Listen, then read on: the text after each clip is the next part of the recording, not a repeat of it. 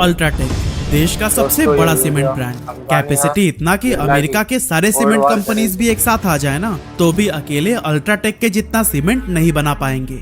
लेकिन रुकिएगा, ये पोजीशन भी अब सेफ नहीं है, क्योंकि जहां कुमार मंगलम बिरला को अल्ट्राटेक को यहां तक लाने में 57 साल लग गए थे, वहीं गौतम अडानी ने सिर्फ 3 सालों में ही इंडिया का सेकंड लार्जेस्ट सीमेंट ब्रांड बना दिया। और अब मार्केट में नंबर 1 बनने की लड़ाई इतनी एग्रेसिव हो गई है कि लोगों ने इसे द ग्रेट सीमेंट वॉर का टाइटल दे दिया है। तो आखिर कैसे अल्ट्राटेक अपनी पोजीशन को टॉप पर बनाए रखने के लिए जी जान से लगा हुआ है? आखिर ऐसी भी क्या जरूरत आन पड़ी कि गौतम अडानी को सीमेंट मार्केट में भी एंटर करना पड़ गया? और इस वॉर का रिजल्ट भी क्या जियो और एयरटेल की तरह हाथ मिलाकर लोगों को लूटने पर खत्म होगा? सब कुछ हम डिटेल में जानने वाले हैं आज के इस वीडियो में।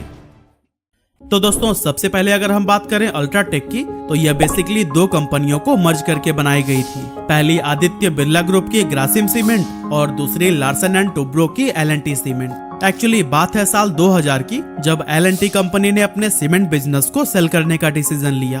उस टाइम पर यह इंडिया का लार्जेस्ट सीमेंट मैन्युफैक्चरर हुआ करता था, जबकि वहीं आदित्य बिरला ग्रुप की Grasim cement 3rd largest cement producer थी। ग्रासिम ने साल 2000 के बाद से एल&टी के सीमेंट बिजनेस को साल दर साल खरीदना शुरू कर दिया, जैसे कि 2002 में 15%, 2003 में 30% और 2004 में 51% शेयर बाई करके आदित्य बिरला ग्रुप के ग्रासिम ने पूरे कंपनी के मैनेजमेंट पे ही कंट्रोल कर लिया था। और फिर 2004 में एल&टी सीमेंट का नाम चेंज करके अल्ट्राटेक कर दिया गया और इस टाइम पर 30 million ton per annum capacity के साथ अल्ट्राटेक भारत के नंबर 1 सीमेंट कंपनी बन गई थी। यहाँ पर याद रखिएगा, 30 MTPA के साथ अल्ट्राटेक फिलहाल नंबर 1 सीमेंट कंपनी है, क्योंकि वीडियो में कुछ टाइम के बाद से हम यहीं से आगे की बात करेंगे।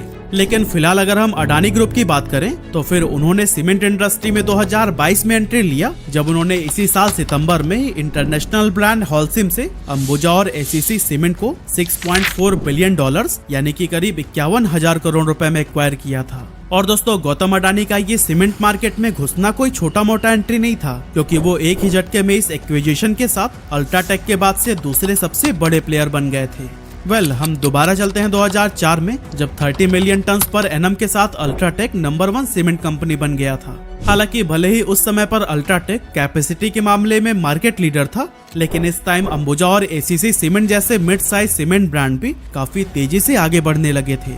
और ऐसा होने के पीछे सबसे बड़ा रीजन था अल्ट्राटेक का लेट स्टार्ट। एक्चुअली अल्ट्राटेक ने मार्केट में एज अ सेपरेट एंटिटी 2004 में एंट्री लिया था, जिसकी वजह से वो अपने कॉम्पिटिटर्स की तरह स्ट्रॉन्ग ब्रांड आइडेंटिटी और लॉयल कस्टमर बेस नहीं बना पाया था। इसके साथ ही अल्ट्राटेक नाम नया होने की वजह से लोग अंबुजा और एसीसी को ज्यादा प्रेफर करने लगे थे। इतना ही नहीं, अंबुजा और एसीसी ने इस अपॉर्चुनिटी को ग्रैब करने के लिए इंटरनेशनल ब्रांड हॉलसिम के साथ में हाथ मिला लिया, जिसकी मदद से उन्हें ग्लोबल एक्सपर्टाइज और एडवांस टेक्नोलॉजी का एक्सेस मिल गया, जिससे कि अब ये कंपनीज लोगों को पहले से काफी अच्छी क्वालिटी के सीमेंट भी ऑफर करने लगी थी। लेकिन दोस्तों, यहाँ पर अल्ट्राटेक हाथ पर हाथ रखकर बैठने वालों में से थोड़ी थी। भले ही उनका बाहर मार्केट में रिजल्ट नहीं दिख रहा था, लेकिन अंदर ही अंदर वो कुछ ऐसा कर रहे थे जिसकी वजह से आगे चलकर सारे कॉम्पिटिटर्स हमेशा के लिए उनसे पीछे हो जाने वाले थे। एक्चुअली अल्ट्राटेक अंदर ही अंदर अपना प्रोडक्शन कैपेसिटी बढ़ा रहा था, जिसके लिए पहले तो उन्होंने कई सारी नई फैक्ट्रीज लगाई और फिर कुछ एग्जिस्टिंग फैक्ट्रीज को भी बाय करके उसे रिनोवेट किया। और कुछ इस तरह से 2008 तक अल्ट्राटेक ने अपनी कैपेसिटी 30 से बढ़ाकर 49 मिलियन टन पर एनम तक कर लिया था। और दोस्तों, सोने पे सुहागा तो तब हुआ जब अल्ट्राटेक ने 2010 में मिडिल ईस्ट के स्टार सीमेंट को भी एक्वायर कर लिया, जिसकी वजह से उनका कैपेसिटी बढ़कर 52 MTPA तक हो गया। वहीं दूसरी तरफ भले ही अंबुजा और एसीसी इंडियन सीमेंट मार्केट के डोमिनेटिंग प्लेयर थे, लेकिन वो लोग भी सिर्फ नॉर्थ और सेंट्रल इंडिया में ही ज्यादा एक्टिव थे, जबकि बाकी के पूरे देश में अभी भी अलग अलग और लोकल प्लेयर्स का ही बोलबाला हुआ करता था। लेकिन दोस्तों, क्या आपको पता है मार्केटिंग का 5 P's का रूल क्या कहता है? कि पहले प्रोडक्ट बनाओ, फिर प्राइस डिसाइड करो, प्रोडक्ट को मार्केट में प्लेस करो और फिर जाकर प्रमोट करो, जिससे कि पीपल यानी कि कस्टमर्स के पास आपका प्रोडक्ट आसानी से पहुंच जाए। और दोस्तों, एग्जैक्टली इसी बिजनेस स्ट्रैटेजी को अल्ट्राटेक ने बखूबी यूज किया था। एक्चुअली उन्होंने पहले प्रोडक्शन कैपेसिटी एक्सपेंड किया, मार्केट में अपना प्रोडक्ट प्लेस किया और फाइनली जाकर प्रमोशन पर ध्यान दिया। और दोस्तों, इन्हीं बेहतरीन स्ट्रैटेजी का ही असर था कि 2010 तक अल्ट्राटेक का capacity 52 million ton per annum हो चुका था। हालांकि ये सब भी अल्ट्राटेक के लिए काफी नहीं था, क्योंकि उनका पैन इंडिया प्रेजेंस अभी भी कम था। जिसकी वजह से इतनी कैपेसिटी होने के बाद भी लोकल प्लेयर्स ही अपने अपने स्टेट में बाजी मार ले जाते थे। अब जब अल्ट्राटेक ने यह एनालाइज किया कि वो मार्केट के कुछ लिमिटेड एरिया तक ही सीमित होकर रह गए हैं, ऐसे में पूरे इंडिया पर राज करने के लिए उन्होंने कई सारी कंपनियों को खरीदना चालू किया।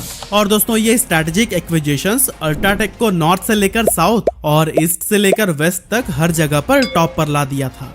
जैसे कि इंडिया के वेस्ट रीजन में अपना प्रेजेंस एस्टेब्लिश करने के लिए 2013 में अल्ट्राटेक ने जेपी ग्रुप के गुजरात सीमेंट यूनिट को एक्वायर कर लिया था। और कुछ इसी तरह से अंबुजा और एसीसी डोमिनेटेड नॉर्थ और सेंट्रल इंडिया रीजन में अपना दबदबा बनाने के लिए 2017 में अल्ट्राटेक ने जयप्रकाश एसोसिएट्स के सीमेंट प्लांट्स को भी एक्वायर कर लिया। और फिर ईस्ट इंडिया में अपनी पकड़ बनाने के लिए अल्ट्राटेक ने सेंचुरी टेक्सटाइल्स के सीमेंट बिजनेस को खरीद लिया। और कुछ इस तरह से ईस्ट, वेस्ट, नॉर्थ और सेंट्रल इंडिया में अलग अलग एक्विजिशंस के बाद अल्ट्राटेक चाइना के बाद दुनिया की पहली कंपनी बनी जिसने अपनी capacity 100 million ton per annum से भी ज्यादा कर लिया था। और दोस्तों यह सिर्फ कंपनी की ही नहीं बल्कि पूरे इंडिया की ग्लोबल लेवल पर एक बड़ी अचीवमेंट थी। और दोस्तों अब 2019-20 तक अल्ट्राटेक का प्रॉफिट भी आसमान छूने लगा था, क्योंकि इस फाइनेंशियल ईयर अल्ट्राटेक ने 41,476 करोड़ रुपए का रिकॉर्ड रेवेन्यू जनरेट किया था। अब दोस्तों अल्ट्राटेक अपनी जीत की खुशी मना ही रहा था कि इसी बीच एक नहीं बल्कि 2 आफत अल्ट्राटेक के सर पर आन पड़ी। अब पहले प्रॉब्लम को तो अल्ट्राटेक ने जैसे तैसे करके सॉल्व कर लिया, लेकिन दूसरे प्रॉब्लम ने आदित्य बिरला के रातों की नींद उड़ा कर रख दी थी। एक्चुअली फाइनेंशियल ईयर 2019-20 के खत्म होने से ठीक एक हफ्ते पहले कोविड-19 पैंडेमिक की वजह से देश भर में लॉकडाउन लगानी पड़ गई, जिस दौरान ट्रांसपोर्टेशन से लेकर फैक्ट्री सब कुछ ठप पड़ गई। इस लॉकडाउन के टाइम पर अल्ट्राटेक को और भी कंपनीज की तरह काफी दिक्कतों का सामना करना पड़ा, जैसे कि शुरुआती कोविड पैंडेमिक के टाइम पर फैक्ट्रीज ढंग से ऑपरेट नहीं हो रही थी और इसकी वजह से 117 MTPA कैपेसिटी होने के बावजूद भी सिर्फ 76 MTPA ही यूटिलाइज हो पा रहा था। हालांकि इतना सब कुछ होने के बाद भी अल्ट्राटेक ने अपना स्ट्रॉन्ग फाइनेंशियल पोजीशन मेंटेन करके रखा और फिर जैसे इकोनॉमी खुली वैसे वैसे ही अल्ट्राटेक रिकवरी करने लगा। लेकिन दोस्तों कोविड के बाद इससे भी बड़ा चैलेंज उनके सामने आ खड़ा हुआ, जिसने न सिर्फ अल्ट्राटेक को बल्कि पूरे सीमेंट इंडस्ट्री को ही हिला कर रख दिया था। एक्चुअली इस टाइम पर खबर आने लगी कि गौतम अडानी भी अब सीमेंट मार्केट में एंटर करने वाले हैं, और वो भी कोई छोटी मोटी एंट्री नहीं बल्कि ऐसी ग्रैंड एंट्री जिसने उन्हें एक ही झटके में अल्ट्राटेक के बाद दूसरा सबसे बड़ा प्लेयर बना दिया था। एक्चुअली अडानी ग्रुप ने सितंबर 2022 में इंटरनेशनल ब्रांड हॉलसिम से अंबुजा और एसीसी सीमेंट को 51,000 करोड़ रुपए में एक्वायर कर लिया था। और इस एक्विजिशन के साथ ही गौतम अडानी को कुल 68 मिलियन टन पर एनम की बड़ी कैपेसिटी थाली में सजी सजाई मिल गई। पर हाँ, अभी भी अडानी साहब शांत नहीं बैठे हैं, क्योंकि उनका टारगेट 2028 तक अपनी कैपेसिटी बढ़ाकर 140 MTPA पर ले जाना है। और इस लक्ष्य को हासिल करने के लिए अडानी ग्रुप भी लगातार एक्विजिशंस करने में लगा हुआ है। और दोस्तों छोटे छोटे कई सारे कंपनीज को एक्वायर करके आज के टाइम पर अडानी का cement capacity 85 million ton per annum already हो चुका है। लेकिन दोस्तों सबसे बड़ा सवाल तो ये है ना कि अडानी के पास पहले से ही इतने सारे बिजनेसेस थे, तो फिर उन्हें अचानक से सीमेंट बिजनेस में घुसने की खलबली क्यों मच गई। तो दोस्तों अभी इंडिया में बहुत तेजी से इंफ्रास्ट्रक्चर डेवलपमेंट हो रहा है, चौड़े चौड़े रोड बन रहे हैं, उन पर बड़े बड़े ब्रिज डेवलप किए जा रहे हैं, हॉस्पिटल्स, मॉल्स, पोर्ट, एयरपोर्ट और कॉलेज सब कुछ बहुत तेज रफ्तार से बढ़ रहे हैं। ऐसे में हर जगह पर सीमेंट का काम तो लगने ही वाला है, और इस अपॉर्चुनिटी को ही ग्रैब करने के लिए गौतम अडानी सीमेंट बिजनेस में भी कूद पड़े हैं। और हाँ, अभी तक जिन जिन बिजनेसेस में अडानी साहब पहले से ही मौजूद है ना, वो भी सीमेंट बिजनेस को फुल्ली सपोर्ट करते हैं। जैसे कि सीमेंट प्रोड्यूस करने के लिए बेसिकली लाइमस्टोन और फ्लाई ऐश की जरूरत होती है, जो कि अडानी के पास उनके माइनिंग बिजनेस की वजह से पहले से ही भारी मात्रा में उपलब्ध है।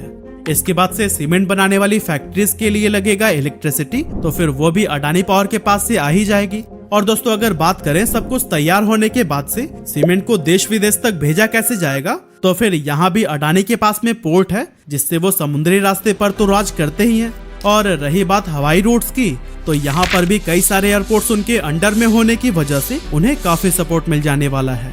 कहने का मतलब ये है कि सीमेंट बिजनेस के लिए अडानी मानो पहले से ही तैयार बैठे थे। अब दोस्तों आज के डेट में इंडिया वर्ल्ड का सेकंड लार्जेस्ट सीमेंट प्रोड्यूसर है, लेकिन हमारा पर कैपिटा कंजप्शन सिर्फ 250 किलो है, तो वहीं चाइना का 1600 kilo. Basically per capita consumption का मतलब है किसी भी कंट्री में एक आदमी ऑन एन एवरेज कितना सीमेंट यूज कर रहा है। अब इंडिया सीमेंट बनाने में तो दूसरे नंबर पर है, लेकिन अभी हमारी खपत बहुत कम है, जो कि चाइना के आंकड़ों को देखकर लगता है कि आगे चलकर काफी ज्यादा बढ़ने वाला है। और दोस्तों, अगर इतना ही पोटेंशियल है तो फिर इसका फायदा कौन नहीं उठाना चाहेगा। यही रीजन है कि अडानी जी भी सीमेंट इंडस्ट्री में कूद पड़े हैं और अब दो दिग्गजों के बीच इंडिया में सीमेंट वॉर छिड़ गया है। अब दोस्तों, अभी तक आपने देखा कि कैसे अडानी ग्रुप बड़े बड़े एक्विजिशंस करके इंडिया का सेकंड लार्जेस्ट सीमेंट ब्रांड बन गया है और उनके क्या फ्यूचर स्ट्रेटेजीज हैं इंडिया का नंबर 1 सीमेंट ब्रांड बनने के लिए। लेकिन सवाल आता है कि इस दौरान अल्ट्राटेक क्या कर रहा है। अब दोस्तों, जैसा कि आप जानते ही हैं कि कुमार मंगलम बिरला अल्ट्राटेक सीमेंट के मालिक हैं और ये भी कोई ऐसी छोटी मोटी हस्ती नहीं है जो चुपचाप बैठ जाएं। अल्ट्राटेक का current capacity 152 million ton per annum है और ये कैपेसिटी इतना ज्यादा है कि यूएस के सारे सीमेंट कंपनीज के कैपेसिटी को भी मिलाकर 1.5 गुना और पूरे यूरोप में बसे 20-22 देशों के कैपेसिटी का भी 80% के बराबर है। और आगे भी अपने नंबर 1 का पोजीशन मेंटेन रखने के लिए अल्ट्राटेक ने काफी सारे एक्विजिशंस करने शुरू कर दिए हैं।